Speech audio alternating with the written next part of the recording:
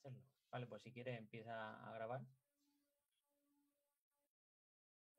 Vale. Bueno, pues ante todo, buenos días. Yo soy Humberto Martínez Barberá. Algunos me conoceréis como profesor, otros a lo mejor no me conocéis, pero bueno, soy profesor de la Facultad de Informática. Y los que me conocen en el ámbito de mi trabajo están acostumbrados a este tipo de cosas. Yo me dedico a la robótica, últimamente a la robótica submarina, pero después, cuando estoy por casa y tengo huecos libres, me dedico a montar sistemas antiguos de los años 80, que son básicamente los que yo usé cuando era crío, antes de decidir estudiar la carrera de informática.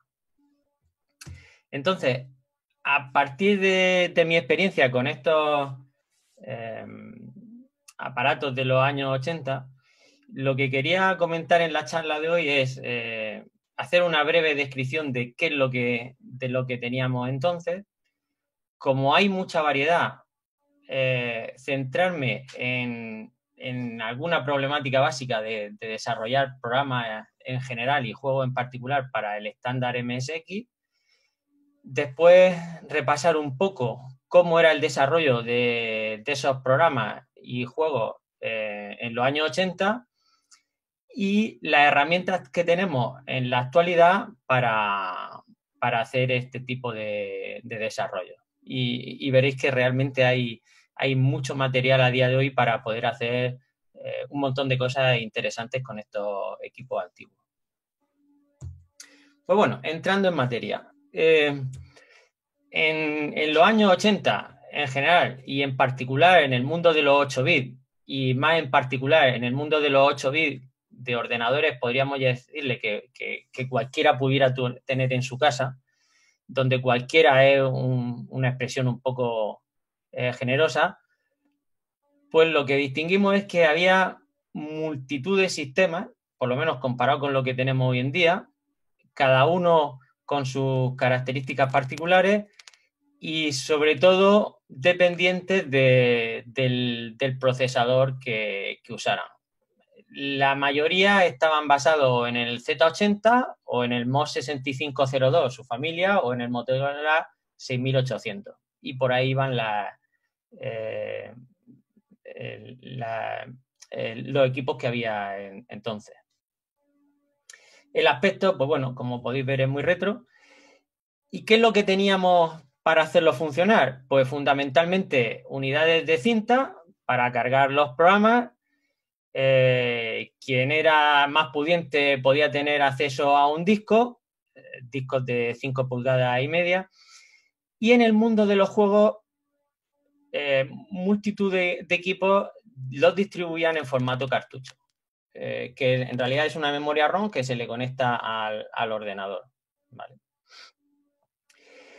Y si no disponíamos de nada en el equipo, nada más encenderlo, ¿qué es lo que teníamos disponible? Pues normalmente en casi todos los sistemas un intérprete BASIC, que en la mayor parte de los casos era un intérprete del BASIC de Microsoft, que en aquella época Microsoft se ganaba la vida haciendo intérpretes de BASIC.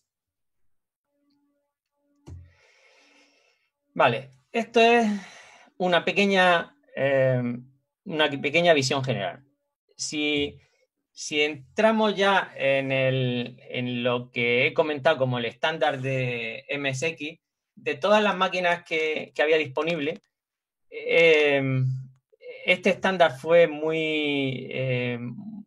tuvo un éxito bastante grande en Japón, ya que proviene de allí y fue propuesto tanto por Microsoft como la empresa ASIC Corporation. Y básicamente lo que fijaban era una serie de componentes mínimos que tenía que tener el sistema para que los programas desarrollados con estas máquinas fueran intercambiables entre distintos fabricantes. Fundamentalmente están basados en el Z80, en una distribución de sistema ROM con una BIOS estándar, una llamada BIOS estándar para todos los equipos. Y lo que era novedoso o por lo menos no tenían mucha extensión en aquella época, era el usar coprocesadores para los gráficos y el sonido. Esto tiene sus cosas buenas y sus cosas malas. En teoría, descargaba la CPU de procesamiento.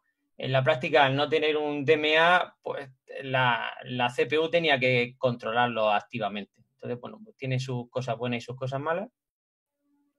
En cualquier caso, según donde lo miremos, se vendieron casi 9 millones de unidades, lo cual no es mucho porque Commodore 64 se vendieron unos 25 millones, pero sí que tuvo una extensión bastante importante. El estándar fue evolucionando a lo largo de los años, incluyéndole características nuevas. Pero para simplificar, en esta presentación hablaré en general de las características del sistema básico conocido como MSX1. Entonces, este sistema, ¿qué características tenía? Pues era capaz de soportar sonido polifónico en 3 canales y tenía distintas pantallas de texto y vídeo donde podríamos llegar a resoluciones de 256 por 192 píxeles a 16 colores, que como veis a día de hoy parece poco, ¿vale?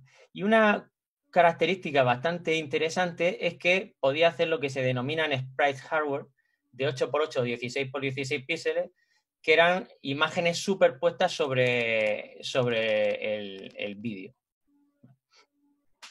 Todos los equipos tenían una interfaz para cargar datos de cassette y de cinta y 2 puertos para mandos de juego, que también si los comparamos con los de hoy en día, pues como veis son bastante distintos. En particular porque los mandos de la época, los joysticks eran digitales y entonces tenían solo 8 posibles posiciones. No es como ahora que puedes regular la fuerza que aplica o el rango del movimiento. Y bueno, en la época se hicieron multitud de juegos con muchas casas de software. La que creo que es más representativa de la época, entre otras cosas porque hacía juegos que eran en general bastante buenos y explotaban al máximo las características del sistema, era la empresa japonesa Konami. ¿Vale? Aquí vemos algunas capturas de algunos de aquellos juegos. Entonces, para programar estos juegos, ¿qué cosas teníamos que tener en cuenta? Bueno, lo primero que tiene un juego es que al final tenemos una interacción por pantalla y tenemos la parte visual. Entonces, aquí es donde empieza la complicación, porque en la actualidad estamos acostumbrados a programar en sistemas con bitmap, donde tenemos pues, para cada punto de la pantalla una forma directa de aplicarle un color, mientras que en los sistemas de la época, por restricciones de hardware, el tema de los colores era bastante complicado. De hecho, algo que solía ocurrir es lo que se llama el attribute clash, que es que el color de un píxel está restringido por la posición en pantalla. A la derecha podemos ver el attribute clash en un MSX, también en un Apple II y abajo en un Spectrum. Al final, resulta que lo que tenemos es que, por ejemplo, en el MSX la pantalla está dividida en tiles y cada tiles es una matriz de 8x8 píxeles y lo que nos dice es que por cada línea de ese tile solo podemos poner dos colores. ¿Vale? Entonces, si intentamos poner un tercer color, lo que hace es quitar el anterior y entonces por eso se producen esos cambios en los colores. Esto había que tenerlo muy en cuenta a la hora de diseñar toda la parte gráfica del juego. Por ejemplo, aquí vemos abajo una ventana de un juego y la tabla de tiles con los distintos tiles diseñados y una imagen grande de uno en concreto. Entonces, básicamente, cuando queríamos plantear el juego, teníamos que pensar de esta forma y después esto escribirlo en la memoria correspondiente. He comentado que también había sprite hardware y los sprite hardware son una forma de solventar la limitación del attribute class de forma que podamos poner algunas combinaciones de colores que estén sobre el fondo. Entonces, los sprites son como tal, se definen de la misma forma, ya sean 8x8 o 16x16, y lo que nos permiten es superponer esa información, es lo que se llaman planos de sprite. Al ser manejados por hardware, pues la representación es bastante rápida y podemos hacer bastantes cosas con ellos. Aunque tienen un inconveniente, y es que no podemos poner más de un número de sprites en una línea visual, lo cual significa que si no llevamos cuidado al ponerlo en pantalla, nos pueden desaparecer otros sprites. Esto era muy común en los juegos iniciales, que según iba discurriendo el juego y se llenaba de elementos gráficos, pues algunos aparecían y desaparecían, dando un efecto bastante molesto. Por si esto fuera poco, tenemos el problema de las memorias. Los ordenadores de 8 bits tienen un bus de direcciones de 16 bits. Esto nos limita a 64K de memoria. El problema es que con 64K de memoria, si tenemos 32K de ROM, pues nos dejaría un máximo de 32K de RAM.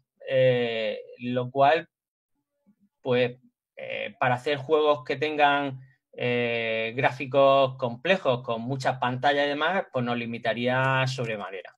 Entonces, en el estándar MSX, lo que se definió fue una forma de multiplexar los bancos de memoria de forma que siempre hubiera activos 64K, pero pudiéramos de una forma efectiva direccionar más. Es lo que se llama el sistema de slots y subslots. Entonces, básicamente esto lo que tenemos que hacer mientras estamos programando nuestro juego es en todo momento ir diciendo de qué parte de la memoria vamos a cargar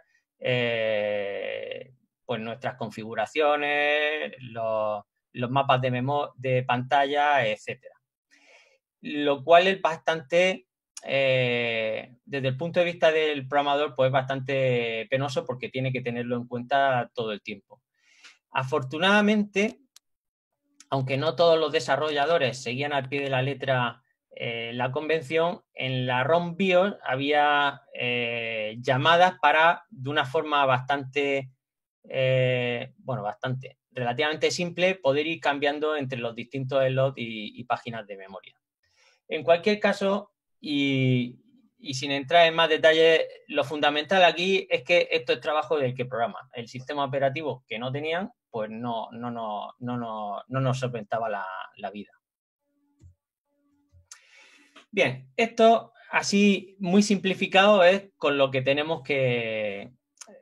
los materiales que teníamos para trabajar. Entonces, alguien que en la época quisiera desarrollar algo para estos sistemas, ¿qué es lo que tenía que hacer?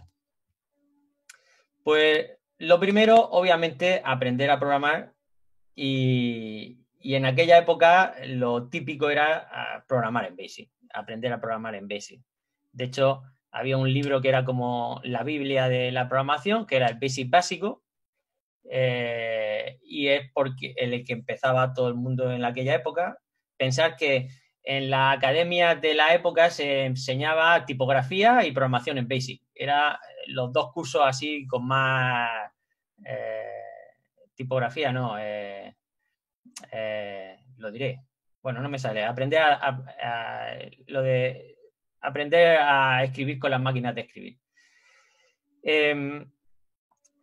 Había una cuestión y es que en la época los precios de los juegos eran considerablemente caros. Entonces, el que se compraba un ordenador, pues debido a la escasez que había de juegos, escasez en determinados sitios, no es que no hubiera mucho, es que no te podías comprar mucho, pues una de las primeras cosas que pensaba era, bueno, pues vamos a probar a hacer algún programa en BASIC y a partir de ahí, pues alguno cogió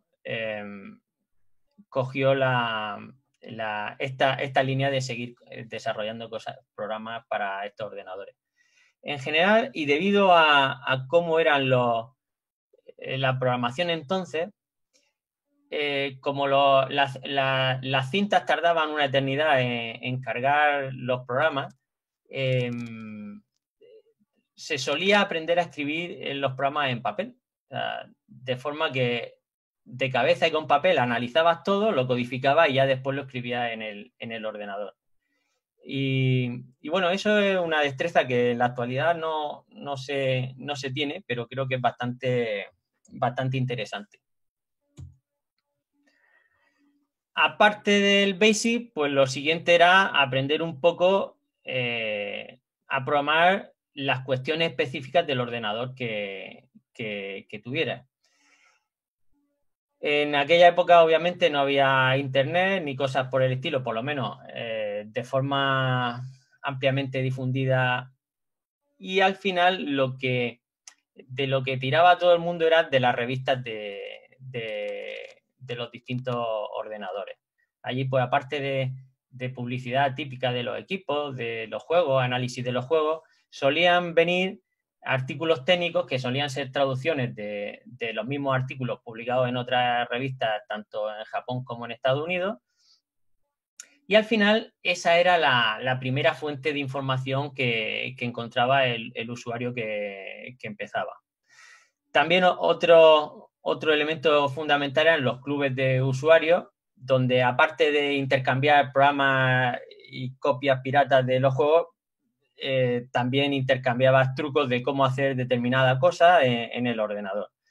Y con eso, poco a poco, ibas formando tu conocimiento para poder desarrollar algunas cosas. Entonces, imaginemos que ya hemos aprendido a programar unos rudimentos en BASIC, tenemos información específica de cómo programar el sistema. Lo primero que podríamos hacer en el mundo de los videojuegos es decir, bueno, pues voy a hacer un juego en BASIC. El BASIC, la verdad es que para lo que es la lógica del juego es bastante cómodo, pero tiene un inconveniente fundamental y es que la representación gráfica es lentísima. Es decir, cualquier cosa que queramos pintar en pantalla, cuando ejecutamos el programa realmente vemos cómo se va pintando. Entonces, desde el punto de vista del dinamismo, no es muy bueno.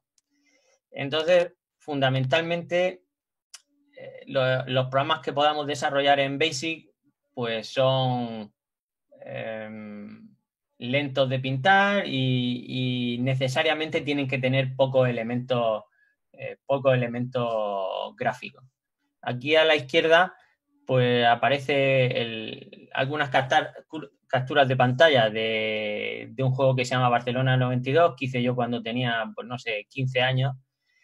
Y básicamente, pues eso, un juego con una visualización sencilla y con poco dinamismo. Es una especie de clon barato del Hyper Sports de Konami. Pero la verdad es que nos tirábamos con los amigos un montón de tiempo jugando con esto hasta reventar los mandos. Desde el punto de vista comercial, sí que se publicaron bastantes juegos solo en BASIC. Algunas capturas de pantalla las veis ahí a la derecha. Y como veis, la visualización es o sencilla o pobre. Entonces, el siguiente escalón era, vale, ya sabemos programar en BASIC, mi problema está en que los gráficos no me van todo lo rápido que yo quisiera. ¿Cuál es la evolución? Pues aprender a programar en lenguaje máquina. El lenguaje máquina lo que tiene es que es bastante tedioso de programar, porque uno empezaba directamente con la tabla de mnemónicos del Z80 y ensamblaba en papel a mano tu programa en ensamblador. Es decir, escribía el programa en ensamblador y después iba a la tabla y la convertía. Al final, cuando lo había hecho un montón de veces, unos cuantos de los mnemónicos te los sabía ya de memoria e iban más rápido, ¿vale? Para esto, pues tenías que tener, tirar de libros de ensamblador e incluso algunos donde venían algunas rutinas específicas. Por ejemplo, aquí a la izquierda se ve un cacho de listado de BASIC donde en las secciones data aparecen los mnemónicos los códigos máquina que después se cargan, ¿vale?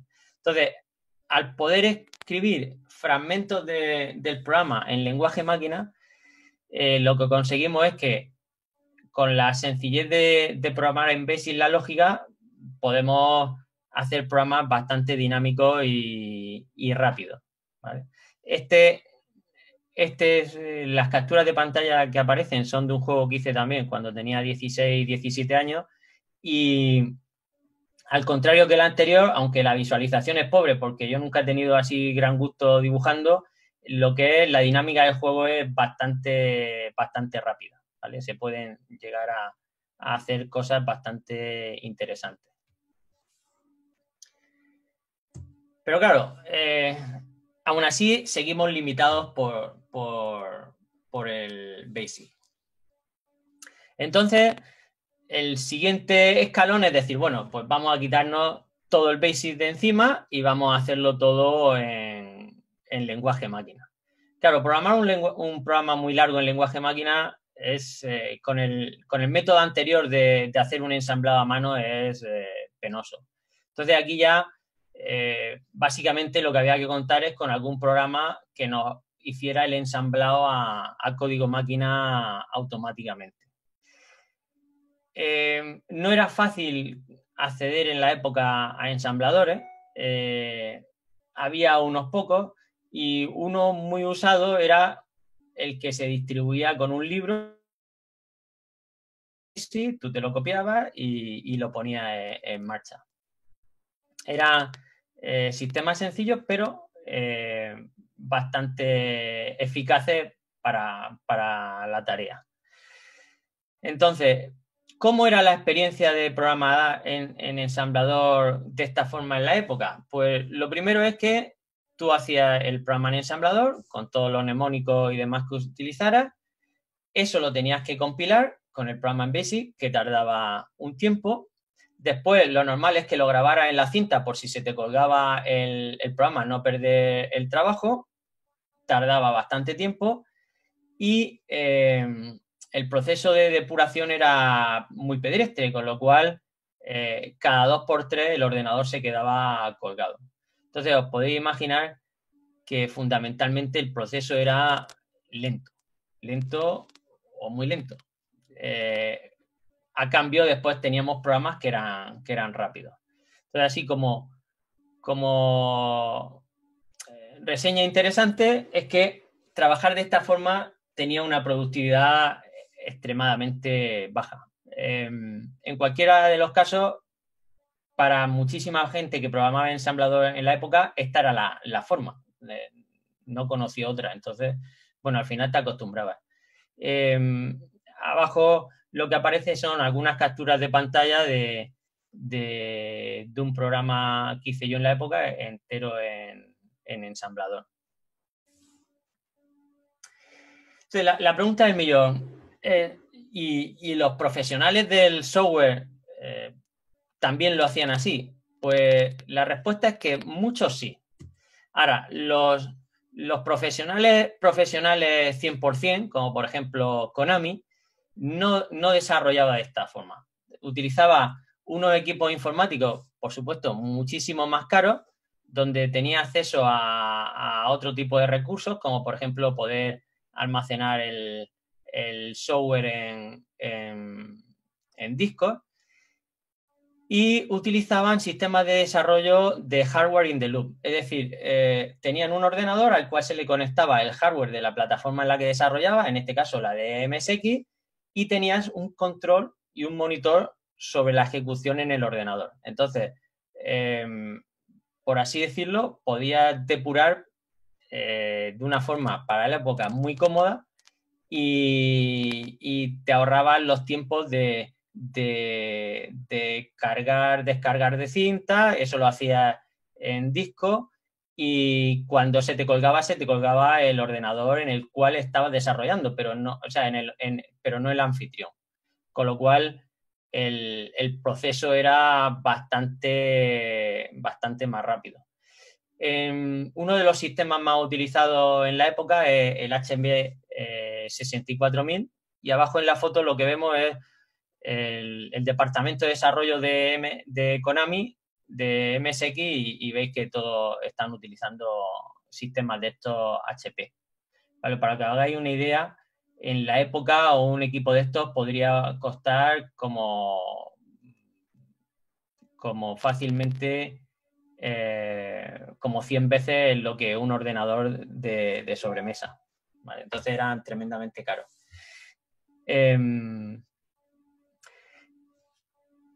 Y como digo, esto solamente estaba al alcance de algunos pocos. Entonces, en la actualidad, vale, y si yo quisiera programar algo basado en este hardware, ¿qué es lo que podría utilizar? Pues la verdad es que, aunque parezca mentira, hay una cultura de los 8 bits bastante extendida en todo el mundo. Y hay multitud de herramientas y de sistemas y de software que podemos utilizar para desarrollar en la actualidad. Con las herramientas actuales, la productividad no tiene nada que ver con la antigua y, por supuesto, mucho mejor que la que pudiera tener cualquier sistema profesional como Konami.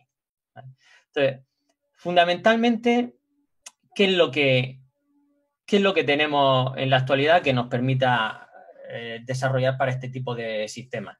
Pues tenemos sistemas emuladores software in the loop, donde un software nos emula con una precisión bastante buena tanto el hardware como las librerías BIOS del sistema. Por ejemplo, para los sistemas MSX yo utilizo OpenMSX, que es un emulador que es bastante bueno y puede emular multitud de periféricos. Esto lo que nos permite es que en nuestro propio ordenador hagamos el desarrollo y después lo podamos ejecutar en el ordenador antiguo. Por otro lado, disponemos de editores de texto con coloreado de sintaxis para lenguajes antiguos como ensamblador, del Z80, el BASIC y demás, y que nos permiten enlazar fácilmente este programa con el propio ensamblador o compilador y hacer mucho más rápida la tarea de desarrollo y de prueba. También tenemos herramientas externas que nos ayudan bastante al desarrollo. Por ejemplo, el IFX Editor nos sirve para poder desarrollar la música del videojuego de forma muy sencilla. Y programas como el NMSX Style lo que nos permite es coger imágenes hechas con cualquier programa de dibujo y generar los tiles correspondientes para después cargarlo en nuestros programas. De forma que en lugar como se hacía en los años 80, donde tenías que en un papel cuadriculado hacer toda esa información, eso lo podemos generar de forma muchísimo más rápida, ¿vale? La cuestión es que debido a tener tantas herramientas en la actualidad, hay muchos desarrolladores que están haciendo juegos recientemente. Ahí a la derecha pongo algunas capturas de algunos juegos y como se ve, tanto la visualización como la jugabilidad es muy buena, tienen sonidos bastante interesantes y básicamente se hacen programas muy buenos y en lugar de por un equipo de desarrollo muy grande, pues con una sola persona, ¿vale? Entonces, esto implica que la productividad con las herramientas actuales es realmente buena. Pero aparte de herramientas software, también tenemos herramientas hardware que nos simplifican bastante la vida cuando trabajamos con el ordenador real. Fundamentalmente los sistemas de almacenamiento. El poder pasar de almacenar en cinta o en un disco de 3,5 pulgadas a utilizar un sistema basado en un dispositivo SD o en una memoria SD es un mundo, ¿vale? Entonces, todos estos equipos están pensados para utilizarlos en los ordenadores antiguos. Y lo bueno que tienen, por ejemplo, es que si tú tienes un disco USB, lo escribes en tu ordenador y después lo pinchas en el ordenador antiguo y ahí tienes todos los programas y puedes acceder a ellos. Entonces, son bastante cómodos. Aparte de los almacenamientos, pues hay para conectar por Ethernet el ordenador antiguo o por módem Wi-Fi, e incluso hay cartuchos para ampliar las capacidades de audio del equipo.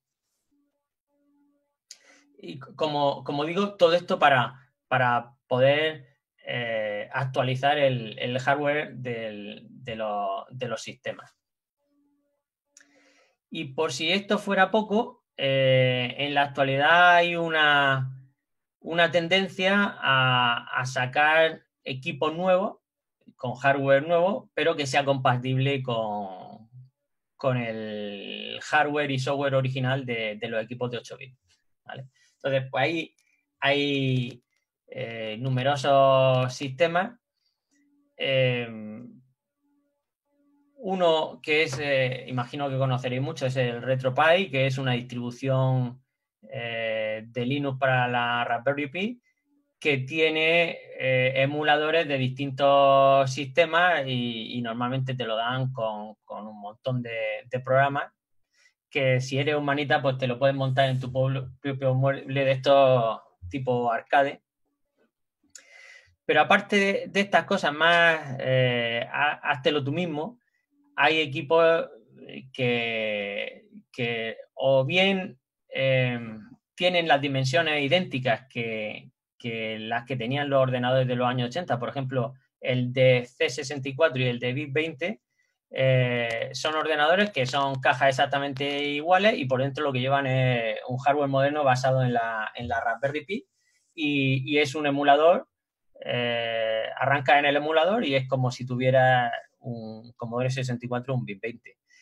Un equipo bastante interesante, el que se llama MSXVR, el MSX Virtualizer, que es un ordenador basado en una Raspberry Pi que tiene también compatibilidad con todo el hardware MSX y que trabaja o bien en modo MSX nativo, donde pues tenemos todo lo que tendríamos en un MSX, y en un sistema también que llaman virtualizador, donde le añade pues características más desarrolladas para tener pues más resolución, capacidad de utilizar otro lenguaje y demás. La verdad es que está es bastante interesante este equipo, que se ha hecho aquí en España.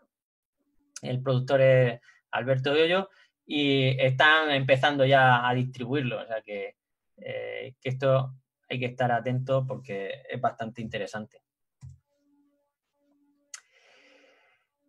Entonces, todo esto está muy bien. Es decir, vale, y si queremos hacer nuestro primer programa en ensamblador con las herramientas modernas, ¿cómo lo tenemos que hacer?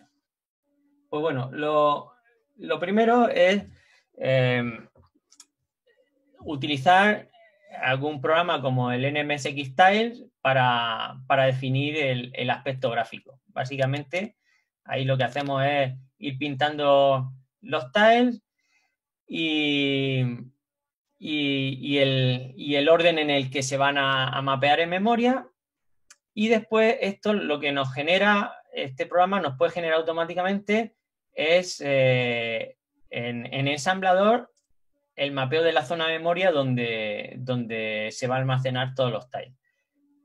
Como además el grabar, por así decirlo, las pantallas de memoria sin ningún tipo de compresión nos limitaría mucho, este programa nos permite almacenar en memoria las pantallas de forma comprimida, con un compresor que es el Pletter, muy famoso en este equipo de 8 bits, de forma que nuestro programa en ensamblador lo que tiene que hacer después es ir descomprimiendo la zona de memoria que queremos poner en pantalla y copiarlo a la memoria de vídeo y eso se hace de una forma bastante rápida.